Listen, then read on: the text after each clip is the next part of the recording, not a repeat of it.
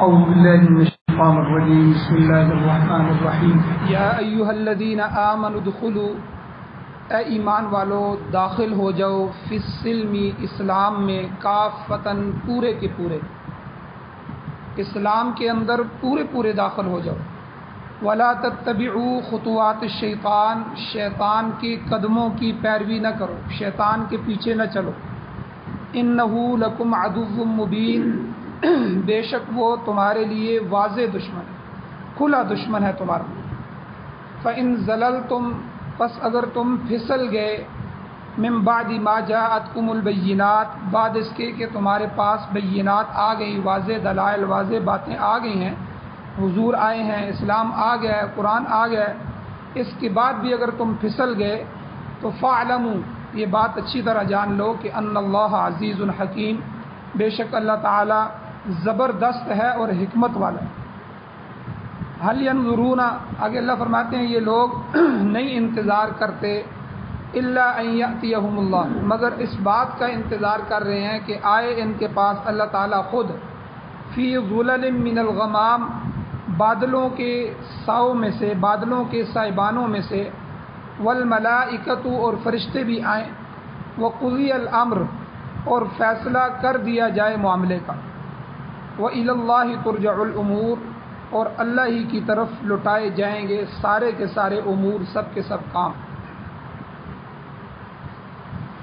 سورہ بقرہ کی آیت نمبر 208، 209، 210 یہ آج کے درس میں تلاوت ہوئی ہے۔ آپ حضرات نے آیت سماعت فرمائی، اس کا ترجمہ سنا۔ گزشتہ آیات میں منافقین کی مذمت اللہ نے بیان فرمائی، اور مخلصین ایمان والے جو تھے ان کی تعریف بیان فرمائی۔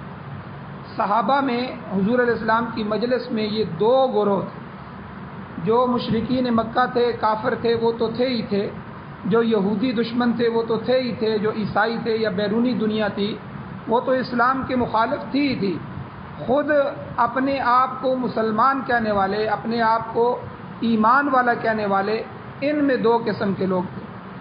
ایک جو ہے وہ منافقین تھے، دوسرے صحابہ اکرام کی جماعت تھی۔ یہ منافق تھوڑے تھے لیکن ان کے کام بڑے برے تھے، تو منافق جو ہے آ کر حضور کے سامنے کلمہ پڑھتے، پیچھے نمازیں بھی پڑھتے، پورا یقین بھی دلاتے کہ ہم آپ کے ساتھ ہیں، بادشاہ و بڑی محبت ہے، تاللہ لاکیدن اصنامکم، دوسرا اللہ کی قسمیں بھی اٹھاتے، اور اسی طرح جو ہے اللہ کہتے ہیں کہ آپ اپنے قسموں کو ڈھال بناتے۔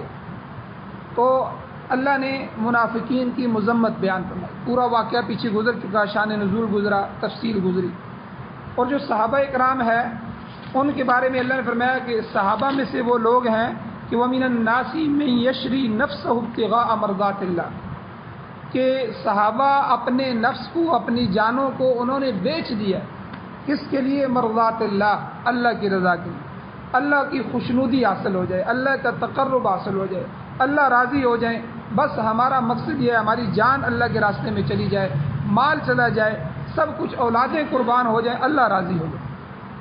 تو یہ ایمان والوں کی، صحابہ اکرام کی تعریف اور منافقین کی جو ہے مذمت پچھلے آیات میں گزری ہے۔ اب ان آیات میں مخلص ایمان والوں کو اللہ نے خطاب فرمایا یا ایھا الذین آمنوا، اے ایمان والو، ادخلوا فی السلم کافہ، اسلام میں پورے داخل ہو جاؤ، آدھا تیتر آدھا بٹیر یہ اللہ کے ہاں قبول نہیں، پورا اسلام۔ اب اس کے کافتن کا معنی کیا ہے؟ دو معنی مفسرین نے فرمائے ہیں۔ ایک کافتن کا معنی جمیعاً ہے کہ یعنی مکمل اسلام میں داخل ہو جائے، یعنی انسان اپنے جسم کے لحاظ سے بھی اور احکام شریعت کے لحاظ سے بھی پورے اسلام میں داخل ہو جائے، جسم کے اوپر نظر آئے کہ اس کا سارا جسم مسلمانوں والا ہے، لباس مسلمانوں کا ہو، اس کی چال ڈھال مسلمانوں کی ہو، زبان مسلمانوں کی ہو، ٹھیک ہے، اس کا جسم گواہی دے رہا ہو کہ یہ محمد عربی کا غلام جا رہا ہے، یہ کوئی یہودیوں کا نہیں ہے، یہ نہ ہو کہ ٹائی شائی پہنی ہو، کلین شیو کیا ہو، تو تو اگر وہ بتائے گا نہیں کہ میں مسلمان ہوں تو پتہ ہی نہیں چلتا یہ ہندو ہے کہ سکھ ہے کہ یہودی ہے، شکل سے کوئی پتہ نہیں چلتا۔ ان سب کو بھی کھڑا کیا جائے، اس کو بھی لائن میں کھڑا کیا جائے، دیکھنے سے یہ پتہ چلتا ہے یہ انہی کا ہے۔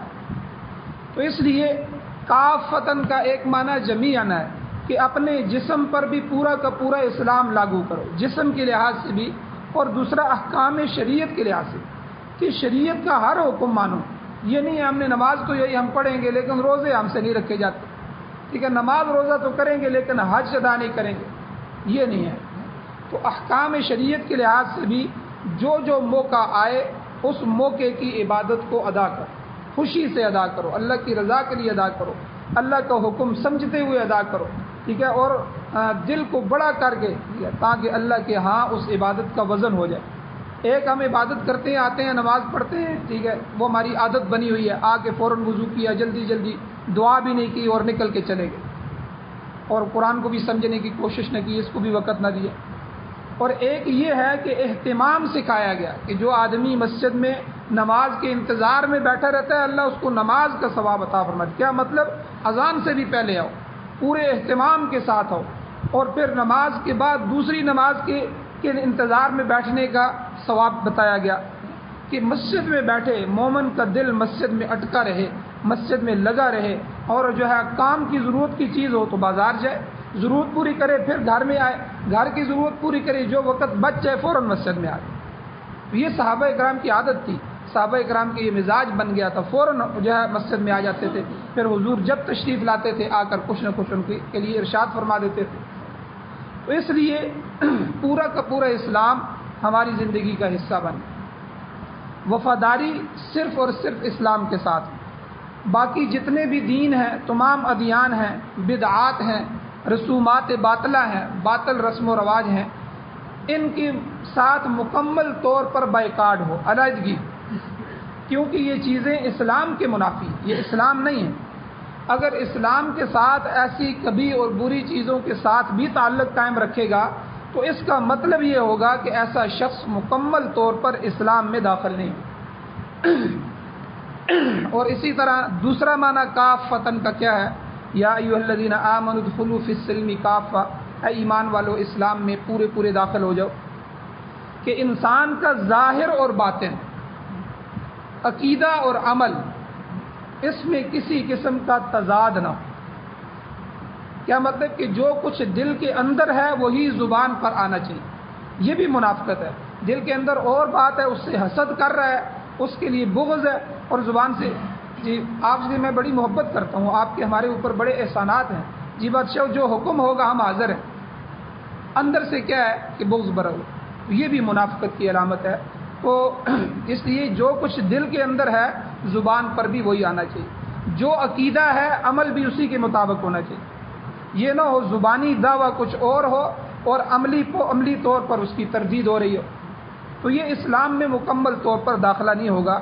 مثال کے طور پر اگر عقیدہ توحید کا ہے تو پھر مشرکوں کے پاس وہ نظر نہ آئے، شرک اس کی زندگی میں داخل نہ ہو۔ ادھر عقیدہ توحید کا بھی ہے، ادھر شرک بھی کر رہا ہے، اور زبان پر اتباع سنت کا دعویٰ ہے، میں سنت پر عمل کرنے والا ہوں، اور رواج جو ہے بدعات کو بھی دے رہا ہے، جتنی بدعتیں ہیں وہ بھی پورا کر رہا ہے سنی، اہل سنت والجماعت سے تعلق رکھتا ہے، کہتا ہے میں سنت کے اوپر عمل چلنے والا ہوں، والجماعت اور صحابہ اکرام کے نقش قدم پر چلنے والا ہوں، میں سنی ہوں، دعویٰ اس کا یہ ہے، لیکن جو ہے جتنی بھی بدعات ہیں، غمی کی، شادی کی، دوسری تیسری، سارے رسم و رواج بھی پورے کر رہا ہے۔ جب موقع آتا ہے صف اول کا نمازی ہے، 5 وقت کا نمازی ہے، تہجد پڑھ رہا ہے، اشراق پڑھ رہا ہے، دعوت و تبلیغ کے کام سے جڑا ہوا ہے، دین کے شعبوں سے جڑا ہوا ہے، عالم دین ہے، لیکن جب شادی کی باری آتی ہے تو ساتھ رسمیں بھی ہیں اور رواج بھی ہے، ہندوؤں کی رسمیں بھی چل رہی ہیں، تو یہ بات نہیں ہے۔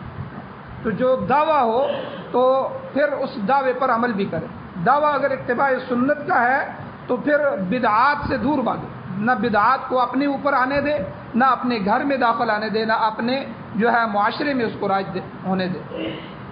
مولانا شیخ الہند صاحب محمود الحسن رحمۃ اللہ علیہ ہمارے بہت بڑے بزرگوں میں سے، بر صغیر کے بلند پایا مفسر قرآن گزرے۔ انہوں نے حضرت شاہ عبد القادر محدث دہلوی رحمۃ اللہ علیہ کا جو ترجمہ قرآن ہے اس کو آسان بنایا. آسان اس لیے بنایا کہ ان کے زمانے میں جو 250-300 سال پہلے یہ شاہ عبد القادر محدث دہلوی رحمۃ اللہ علیہ گزرے ہیں، انہوں نے اردو میں یہ ترجمہ قرآن کیا تھا، لیکن اس زمانے کی جو اردو تھی ہمارے زمانے میں جو اردو ہے اس سے بہت مختلف ہے. حضرت تھانوی رحمۃ اللہ علیہ کی جو اردو ہے ہم اس کو بھی مشکل سے پڑھ سکتے ہیں، کئی الفاظ اس میں بھی مشکل، یہ تو ان سے بھی پہلے بزرگ تھے. تو اس لیے اب ضرورت یہ پڑی تھی کہ اس زمانے کے لوگوں کے لیے اس ترجمے کو آسان بنایا جائے. تو یہ شیخ الہند رحمۃ اللہ علیہ کا ہمارے اوپر احسان ہے کہ انہوں نے اسے آسان بنایا اور عام فہم الفاظ کے ساتھ بدل دیا. لیکن یہ با محاورہ ترجمہ انہوں نے کہاں کیا؟ انہوں نے جب انگریز نے ان کو اسیر بنایا، قید کر دیا مالٹا کی جیل میں، کالا پانی کی جیل میں، سمندروں میں ڈال دیا، اس وقت انہوں نے یہ تفسیر مکمل فرمائی. اب وہاں مکمل فرمائی تو وہاں ہی تھی، اور ساتھ ساتھ انہوں نے صورتوں کا حاشیہ لکھنا شروع کیا. یعنی اندر صورتیں ہیں، ترجمہ ہے، سائڈ پہ حاشیہ. لیکن شیخ الہند رحمۃ اللہ علیہ 2 صورتوں کا حاشیہ مکمل کیا، زندگی نے وفا نہیں کی اور فوت ہو گئے. اس کے بعد پھر ان کے جو شاگرد تھے، مایہ ناز شاگرد، شیخ الاسلام حضرت مولانا شبیر احمد عثمانی رحمۃ اللہ علیہ، یہ جو ہے تفسیر عثمانی جو چھوٹی سی ہم پڑھتے ہیں، یہ پھر ان کے شاگرد تھے. تو انہوں نے باقی تمام صورتوں کا حاشیہ لکھا، ارد گرد جو حاشیہ ہوتا ہے. تو آج ہم اس کو پڑھتے ہیں. بر صغیر میں اردو زبان کا سب سے بہترین حاشیہ جو ہے، ترجمہ بھی شیخ الہند کا سب سے بہترین ہے، حاشیہ بھی سب سے بہترین جو ہے ان کے شاگرد مولانا شبیر احمد عثمانی کا ہے. اور حالانکہ حاشیے اور بھی بہت سارے لکھے گئے ہیں قرآن کے ساتھ، فارسی زبان میں بھی ہیں، عربی زبان میں بھی ہیں، کوئی لمبا ہے کوئی مختصر ہے، لیکن یہ ترجمہ اور حاشیہ سب سے بہتر ہے. اس میں تمام عالمانہ خصوصیات ہیں، ایسے نکات بیان کیے ہیں، ایسے چھوٹے چھوٹے نقطے کہ ایک آدمی جو ہے وہ نقطوں کو دیکھ کے ساری تفسیر سمجھ لیتا ہے. تو کہتے ہیں کہ جب شیخ الہند رحمۃ اللہ علیہ مالٹا میں تھے اور ان کو جب چھوڑا گیا، آزاد کیا گیا، تو بذریعہ جہاز، بحری جہاز یہ واپس آ رہے تھے. تو درمیان میں سمندر میں طوفان آ گئے، اور طوفان ایسا سخت طوفان تھا کہ جہاز کے بچ نکلنے کی کوئی امید نہیں تھی کہ یہ جہاز بچ جائے گا، یہ تو ڈوب جائے گا. تو آپ نے اپنے شاگردوں میں سے 5 بڑے بہترین شاگرد ان کے ساتھ تھے، جن میں حضرت حسین احمد مدنی رحمۃ اللہ علیہ، حضرت عبید اللہ سندھی رحمۃ اللہ علیہ، حضرت مولانا عزیر گل صاحب رحمۃ اللہ علیہ، یعنی بڑے بڑے حضرات جو علم کے سمندر تھے، ہمارے اکابر میں سے تھے. تو ان میں سے جو ہے حضرت مولانا عزیر گل صاحب یہ سخا کوٹ پشاور کے علاقے کے تھے. تو ان کو یہ تیرنا جانتے تھے.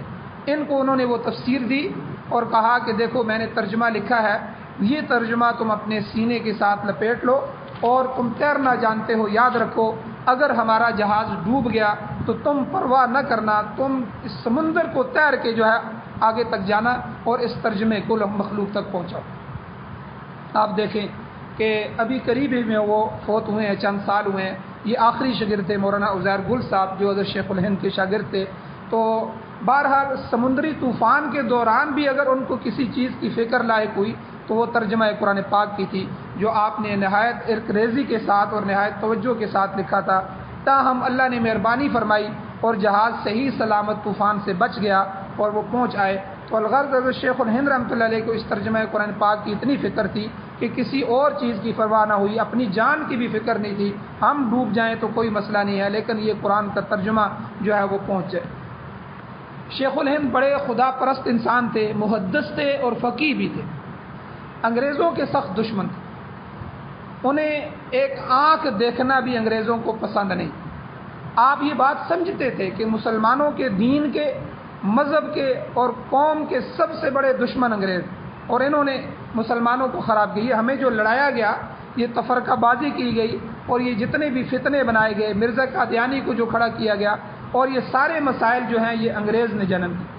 ورنہ یہ سارے کے سارے برصغیر کے مسلمان ایک ہی تھے، سیدھے سادے دین پہ تھے، سب معاملات صحیح چل رہے تھے. تو مسئلہ کشمیر ہو، فلسطین کا ہو، قبرص کا مسئلہ ہو، شام کا ہو، لبنان کا ہو، یہ سب انگریز کے پیدا کرتا مسائل. امریکہ تو کل کی پیداوار ہے، امریکہ تو کل پیدا ہوا. اصل فتنہ یہ انگلینڈ کے جو انگریز تھے یہ تھے، انہوں نے پوری دنیا میں ڈالا. جو یہاں سے جب برصغیر سے بھاگ کر وہ امریکہ چلے گئے، وہاں حکومت کی. یاد رکھیں عیسائی چاہے امریکہ کے ہوں یا برطانیہ کے ہوں یا روس کے ہوں، کسی جگہ کا بھی عیسائی ہو، وہ ہمیشہ مسلمانوں کا مخالف رہا ہے۔ انہوں نے ہندوستان میں بھی ہندوؤں کو ساتھ ملا کر مسلمانوں کے ساتھ سازشیں کی، ان کو ذلیل و خوار کیا۔ پہلی جنگ عظیم جب ہوئی تھی اس کے دوران میں بھی سب پیروں نے، مولویوں نے ترکی کے خلاف کفر کا فتویٰ دیا۔ تو یہ وہ وقت تھا کہ جہاں حضرت مولانا شیخ الہند تھے، جنہوں نے انگریز کے خلاف کھڑے ہوئے اور ڈٹ کر اس کی مخالفت میں، جس کو نتیجہ یہ ہوا کہ انگریز نے ان کو مالٹا کی جیل میں قید فرما دی۔ اب یہ شیخ الہند رحمۃ اللہ علیہ اپنے ترجمہ قرآن میں کافتن کا معنی لکھتے ہیں کہ اسلام میں اس طرح داخل ہو جاؤ کہ تمہارا کوئی عمل احکام اسلام کے خلاف نہ ہو، اسلام کا کوئی حکم ہے اس کے مقابلے میں نہ ہو، یا اس کے ساتھ تمہارا کوئی اپنا ذاتی عمل شامل نہ ہو، اپنی عقل کی وجہ سے یا دوسروں کے کہنے کی وجہ سے دین میں کوئی چیز داخل نہ کرو۔ یہ گویا کہ تیسرا معنی ہوگا، یہ بدعت ہو جائے گی۔ اب بدعت کیا ہے کہ لوگ اسے اسلام کا نام دے کر ثواب کا کار سمجھتے ہیں، یہ کار ثواب ہے، کیونکہ بدعت نام ہی اس عمل کا ہے جسے اچھا سمجھ کر دین میں اپنی طرف شامل کر دیا جائے، حالانکہ دین کا اس کے ساتھ کوئی تعلق نہ ہو۔ فرماتے ہیں اس کی مثال ایسے ہے، نمبر 1 جیسے نماز اور روزہ افضل ترین عبادات میں سے، سب کو پتہ ہے نماز افضل عبادات میں سے ہے، روزہ اتنا بڑا عبادت، لیکن کوئی آدمی شریعت کی مقررہ کردہ نماز کے علاوہ اپنی طرف سے کوئی نماز ایجاد کرے تو یہ باوجود بہت بڑا عمل ہونے کی بھی یہ بدعت ہو جائے۔ اپنی طرف سے کسی دن کا روزہ رکھے، چوری روزہ ہم رکھتے ہیں، یہ بدھوار کے دن کا، بدھ کے دن کا چوری روزہ ہے۔ یہ چوری روزہ کہاں سے آ گیا؟ اس کی کیا اصل ہے؟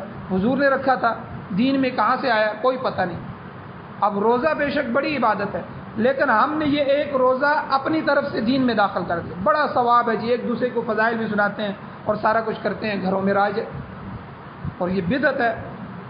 اور اسی طرح عید کے دن مثال کے طور عرفہ کا دن ہے، عرفات کا دن ہے، عرفات کے دن حاجی میدان عرفات میں جاتے ہیں، بہت بڑا عمل ہے۔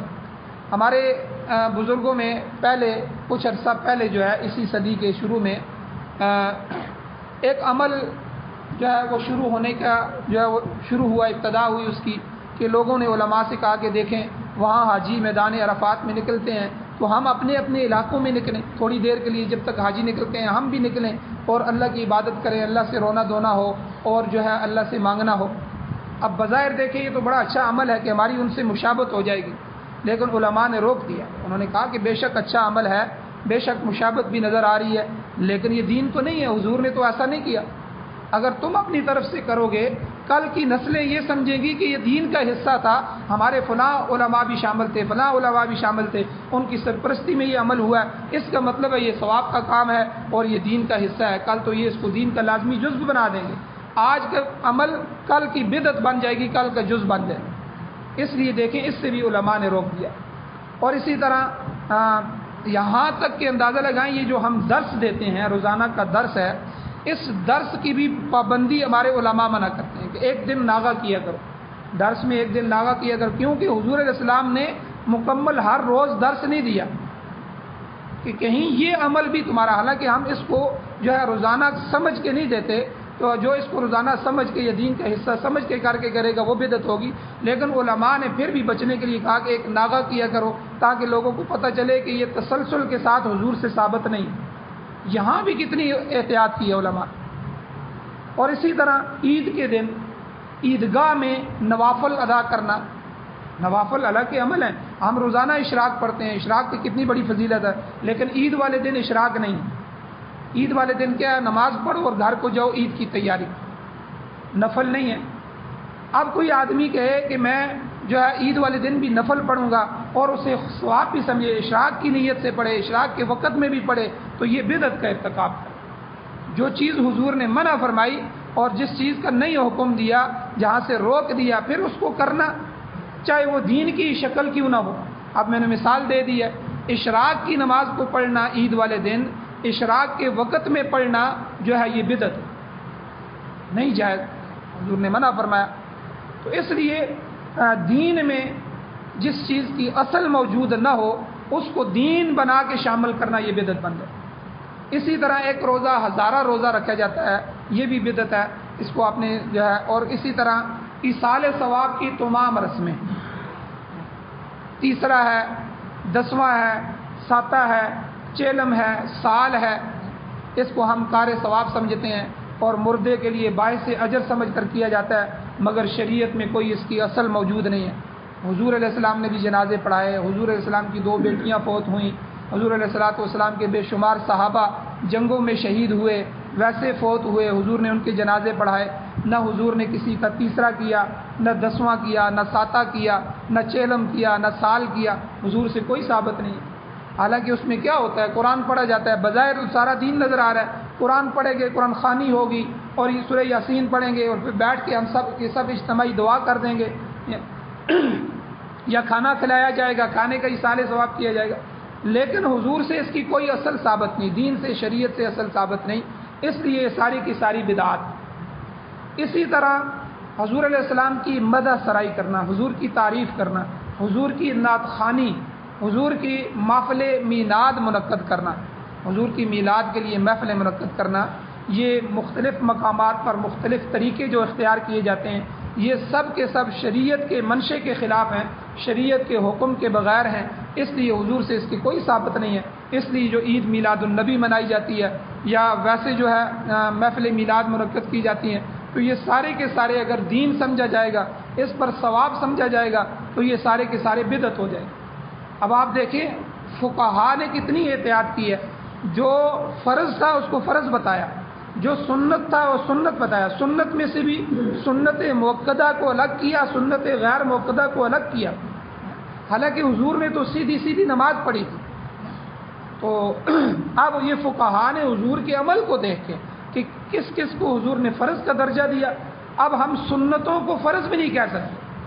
کوئی آدمی اشراق نہیں پڑھتا، نماز نہیں پڑھتا، اس کو کہ دیکھو جی یہ اشراق نہیں پڑھتا، تو گویا کہ آپ نے اس کو فرض سمجھ لیا ہے، فلاں نہیں پڑھتا تو آپ نے اس کو فرض کا درجہ دے دیا، وہ کیوں نہیں پڑھتا۔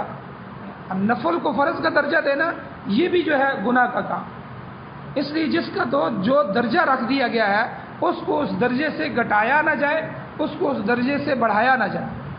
اس لیے جو مستحب عمل ہوتا ہے، بعض دفعہ ایک عمل مستحب ہوتا ہے کہ اس پر ثواب ہے، نہ کرے تو گناہ نہیں ہے، یعنی یہ کم سے کم ہے، فرض کا درجہ سب سے اعلیٰ ہے، پھر واجب کا ہے، پھر سنت موقدہ کا ہے، پھر سنت غیر موقدہ کا ہے، پھر نوافل کا ہے، پھر نیچے مستحب کا درجہ ہے، جائز ہے کر لے تو ٹھیک ہے بھائی، کرنا چاہیے، اچھا ہے، ثواب ہوگا، یہ بھی درجہ ہے۔ اب اس کو واجب کے درجے میں لے کے آنا، بھائی تم نے کیوں نہیں کیا، یہ کام کرو، اس پر غصے ہونا، یہ بدعت ہے، یہ بھی گناہ کا کام ہے۔ جو درجہ شریعت نے رکھا ہے اس درجے میں اس حکم کو رکھا جائے۔ اسی طرح ملا علی قاری رحمۃ اللہ علیہ اور دیگر فقہا وہ کہتے ہیں کہ نماز جنازہ کے سلام پھیرنے کے بعد دعا نہیں کرنی چاہیے، کیونکہ یہ جنازہ کے اندر اپنی طرف سے اضافہ ہوگا، یہ اضافہ تصور ہوگا، یہ چیز حضور علیہ الصلوۃ والسلام سے ثابت نہیں۔ آپ دیکھیں حضور علیہ السلام نے ہمیں بیت الخلاء میں داخل ہونے کی دعا سکھلائی، بیت الخلاء سے نکلنے کی دعا سکھلائی، حضور نے کھانا کھانے کی دعا سکھلائی، کھانے کے درمیان میں اگر شروع میں بھول جائے تو دعا سکھلائی، کھانے کے آخر کی دعا سکھلائی، منہ کے محل کی سارے دعائیں سکھلائیں۔ اگر یہ دعا بھی ہوتی تو حضور ضرور پڑھتے اور حدیث میں موجود ہوتی۔ پورے ذخیرہ حدیث کو اٹھا کے دیکھ لیں، کسی جگہ بھی نماز جنازہ کے بعد فوراً متصل جو ہے کوئی دعا کرنا الفاظ ثابت نہیں۔ اس سے پتہ چلا کہ یہ دعا ہم نے اپنی طرف سے گڑھ لی ہے اور اپنی طرف سے اس میں جو ہے ہم نے اس کو داخل کر لیا۔ اسی طرح جب اقامت صلاۃ ہے، نماز کے لیے اقامت کہی جاتی ہے، اللہ اکبر اللہ اکبر، اور اسی طرح اذان دی جاتی ہے، تو آخری الفاظ جب اذان کو ختم کیا جاتا ہے یا اقامت کو ختم کیا جاتا ہے تو آخری الفاظ کہیں اللہ اکبر لا الہ الا اللہ۔ تو اب لا الہ الا اللہ جب کہے جاتے ہیں تو دوسرے لوگ آگے سے فوراً کہتے ہیں محمد الرسول اللہ صلی اللہ علیہ وسلم، تو ظاہر ہے یہ بھی ایک بہت بڑی نیکی اور ثواب کی خاطر کیا جاتا ہے، حالانکہ حضور علیہ السلام سے قطعاً یہ ثابت نہیں، یعنی حضور سے یہ ثابت نہیں ہے کہ حضور علیہ السلام نے نماز یا اقامت کے دوران جب اشہد ان محمد الرسول اللہ کہا جائے تو اس میں جو ہے حضور صلی اللہ علیہ وسلم نے صلی اللہ علیہ وسلم کہا ہو یا صحابہ نے کہا ہو۔ نماز کے دوران، اذان کے دوران، اقامت کے دوران نہیں کہنا چاہیے، بعد میں درود شریف پڑھنا چاہیے۔ تو اسی طرح آخر میں لا الہ الا اللہ کے ساتھ محمد الرسول اللہ نہیں کہنا چاہیے، بس وہاں اذان ختم ہے، اقامت ختم ہے، آپ بھی خاموش ہو جائیں۔ اب محمد الرسول اللہ کے الفاظ اللہ کے نبی کی رسالت کا اقرار ہو رہا ہے، لیکن یہ بھی بدعت بن جائے، ہم جب اپنی طرف سے، جب دین کا حصہ نہیں ہے اپنی طرف سے جو ہے شروع کیا جائے. اور اسی طرح اذان سے پہلے درود شریف پڑھنا. اذان اللہ اکبر اس سے شروع ہوئی، لا الہ الا اللہ پہ ختم ہوئی، یہ اذان ہے، یہ یہاں سے لے کر یہاں تک. اب اس سے پہلے کچھ پڑھنا یا اس سے آخر میں محمد رسول اللہ کا اضافہ کرنا، یہ ہماری اپنی طرف سے ہوگا. شریعت میں اس کی کوئی اصل نہیں ہے. اگر ہم اپنی طرف سے اس کو کار ثواب سمجھ کے کریں گے تو یہ بھی بدعت ہے اور دین کے اندر اضافہ ہے، دین کو ضائع کرنے کی بات. اسی طرح نوافل کی ادائیگی، یہ بھی کتنے خیر کا کام ہے، نفل پڑھنا، مگر اس کی جماعت ثابت نہیں ہے. نفلوں کی جماعت نہیں ہم کروا سکتے. فقہاء کرام نے اسے بھی بدعت سے تعبیر کیا ہے. ہاں جن نوافل کی نماز حضور نے پڑھی ہے، حضور سے ثابت ہے، وہ تو درست ہے، ٹھیک ہے. اس میں نماز تراویح آ گئی. نماز تراویح سنتیں ہیں، سنت مؤکدہ ہے، تو اب جو ہے اس کو حضور نے پڑھا ہے تو ہم بھی پڑھیں گے. اسی طرح صلاۃ الکسوف ہے کہ چاند گرہن ہے، صلاۃ الکسوف ہے سورج گرہن کی نماز حضور نے پڑھی تو ہم بھی پڑھیں گے. نماز استسقاء ہے کہ بارش مانگنے کے وقت حضور نے نوافل کی نماز جماعت کے ساتھ ادا فرمائی تو ہم بھی ادا کریں گے. جن نوافل کی جماعت حضور نے کروائی ہے وہ تو ہم کریں گے، اس کے احکامات بھی موجود ہیں اور اس کا حضور کا طریقہ بھی موجود ہے. لیکن جو نوافل عام نوافل ہیں ان کی جماعت نہیں. ان میں اشراق کی نماز ہے، اشراق کے بہت سارے آدمی ہوتے ہیں کہ چلو ہم جماعت کروا لیں، جو ہے اسی طرح تہجد ہے، بہت سارے آدمی جوڑ کے ہم جماعت نہیں ہے، نوافل کی جماعت نہیں ہے. اسی طرح صلاۃ التسبیح کی جماعت ہے، یہ کہاں سے آ گئی ہے؟ صلاۃ التسبیح عورتیں گھروں میں کروا رہی ہیں، مرد بھی بعض جگہ ہمارے ہاں تو علماء روکتے ہیں، الحمدللہ علماء نہیں پڑھنے دیتے، لیکن کئی طبقات ایسے ہیں جہاں جو ہے وہ جماعتیں کروائی جا رہی ہیں. تو اس لیے یہ ساری کی ساری چیزیں بدعات میں آتی ہیں. خلاصہ کیا ہے ان ساری چیزوں کا، ان آیات کا خلاصہ کیا ہے کہ اخلاص کے ساتھ ایمان لو اور بدعات سے بچتے رہو اور اسلام میں پورے داخل ہو جاؤ. اب یہاں سوال پیدا ہوتا ہے کہ کیا واقعی بعض لوگ مکمل طور پر اسلام میں داخل نہیں ہوئے؟ اس ضمن میں اہل کتاب کی مثال موجود. یہودی علماء میں سے حضرت عبداللہ بن سلام رضی اللہ تعالیٰ عنہ کو اللہ تعالیٰ نے توفیق بخشی، وہ اسلام لائے اور صحابی بنے، اور بعض دوسرے یہودی بھی مشرف با اسلام ہوئے. تو حضرت شیخ الہند رحمۃ اللہ علیہ لکھتے ہیں کہ اگرچہ وہ پورے اخلاص کے ساتھ مسلمان ہوئے تھے، مگر ان کا خیال یہ تھا کہ قرآنی احکام کے ساتھ ساتھ تورات کے احکام کی بھی رعایت کی جائے، ان کی بھی رعایت ہونی چاہیے. کیونکہ وہ تورات پڑھتے رہتے تھے پہلے، تو یہودی سے اسلام لائے، ان کی کتاب تھی. کہتے ہیں چلو ہم اسلام کی قرآن پر بھی عمل کریں گے، لیکن یہود کا جو عمل تھا، تورات کا جو عمل قرآن و حدیث کے مخالف نہیں ہے، ہم اس کا بھی خیال کریں گے. تو یہاں اللہ نے یہ آیتیں اتاری، شان نزول اس کا یہ ہے. اللہ نے ان کی خیال کی تردید کی کہ اسلام کے ساتھ کسی اور شریعت کو، گزشتہ جو کتابیں اللہ نے اتاری تھی، گزشتہ نبیوں پر اتری تھی، ان کو بھی اسلام کے اندر داخل کرنے کی، ان کی بھی رعایت کرنے کی اجازت نہیں. جو اسلام جو ہے مکمل طور پر تمہارے پاس آ چکا ہے، الیوم اکملت لکم دینکم، اللہ نے فرمایا آج کے دن تمہارا دین مکمل ہو گیا، اسلام مکمل ہو گیا، اب اسی کو پکڑو. اس کے اندر اب جو ہے باقی شرائع، باقی ادیان، ان کو چھوڑ کر اسلام میں پورے داخل ہو گئے. اللہ جل شانہ سے دعا ہے اللہ ہمیں عمل کی توفیق عطا فرمائے. کچھ اور بھی احکامات اس جو ہے ان آیات کے اندر موجود ہیں، انشاءاللہ کل کے درس میں بیان کیے جائیں گے. اللہ سے دعا ہے اللہ ہمیں کامل اسلام میں داخل ہونے کی توفیق نصیب فرمائے.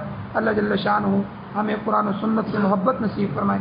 اللہ ہمیں بدعات سے، رسومات سے، رسم و رواج سے بچنے کی توفیق عطا فرمائے. اللہ کامل دین کو سیکھنے، سمجھنے اور اس پر عمل کرنے کی توفیق عطا فرمائے. اللہ ہمارے نسلوں میں دین کو جاری فرمائے. اللہ جل شانہ ہمیں یہ دین بطور نظام کے، بطور ضابطۂ حیات کے ہمیں نصیب فرمائے.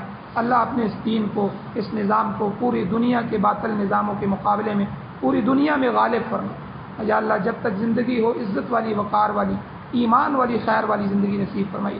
جب موت آئے تو سعادت والی، شہادت والی موت نصیب فرمائی. جو مقروض ہیں ان کے قرضوں کے پورا کرنے کے اسباب پیدا فرمائی. جو مشکلات کے اندر ہیں، پریشانیوں میں ہیں، یا اللہ ان کی مشکلات کو دور فرمائی، آسانیاں پیدا فرمائی. جو لوگ ایمان کی حالت سے اس دنیا سے جا چکے ہیں، یا اللہ بالخصوص ہمارے محلے والے، ہمارے صفوں کے نمازی، یا اللہ ان کی بخشش فرمائی. یا اللہ ان کی بخشش فرمائی، بلند درجات عطا فرمائی. ہم سب کو بھی قبر حشر آخرت کی تیاری نصیب فرمائی. صلی اللہ تعالی علی خیر خلقہ محمد و آلہ و صحبہ اجمعین برحمتک یا